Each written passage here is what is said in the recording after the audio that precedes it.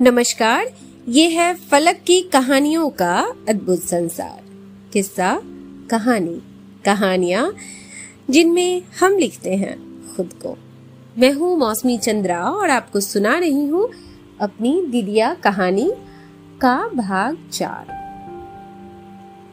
अल सुबह नानी बाशो बाऊ के साथ निकल गई थी अपनी लाली को लाने। माँ टुक टुक नजरों से जाती देखती रही। कुछ दिन बेटी को कलेजे से सटाकर रखेगी, थोड़ा तो दुख कम हो जाए बच्ची का। देर रात नानी वापस लौट आई। माँ दौड़कर दरवाजे तक गई।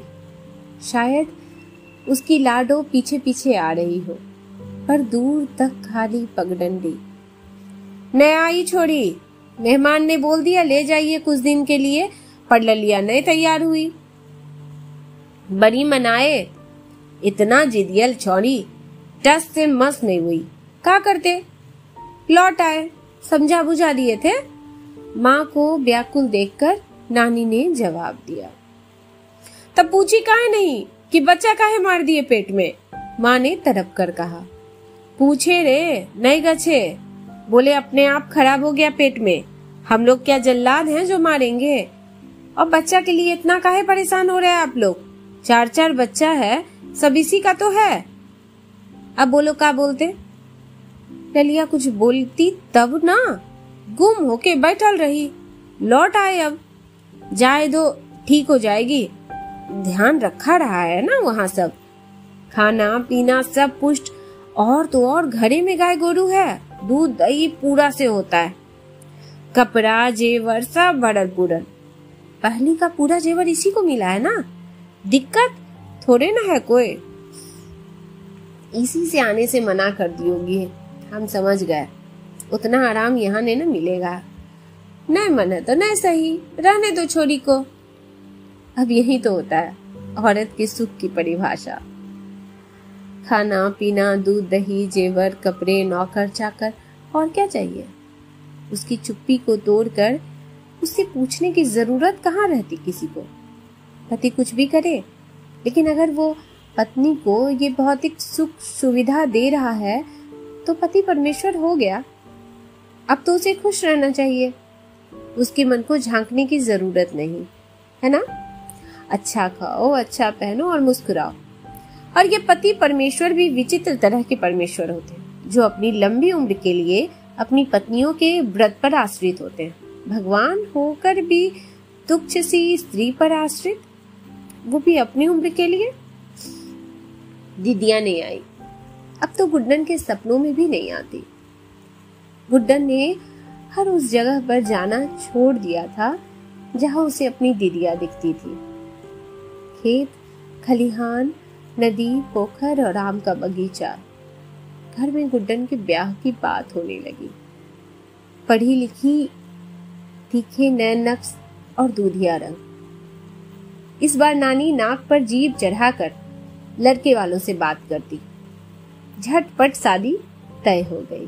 गुड्डन को और पढ़ना था, लेकिन उसका विरोध माँ की मजबूरियां और नानी की चटकती हड्डियों के आगे टिक न पाया। पर उसकी किस्मत बुलंद निकली।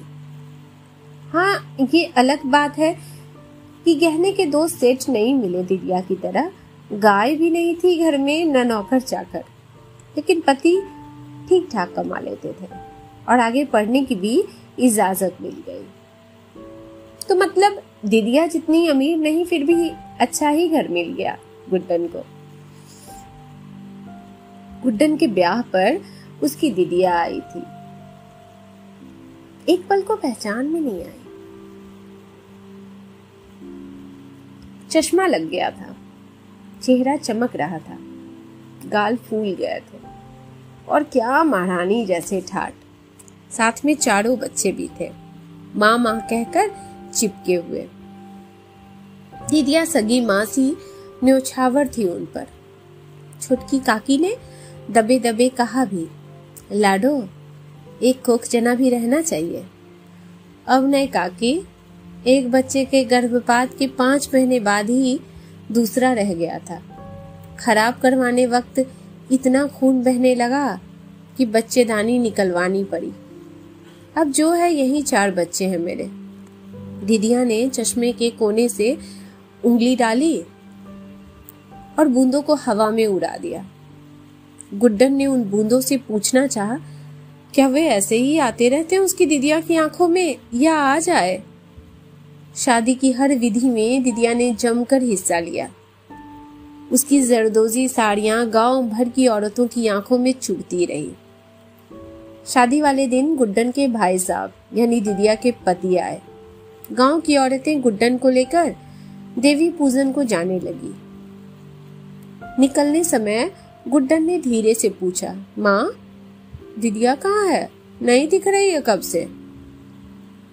खोज शुरू हुई, पर दीदिया वो तो जैसे लापता।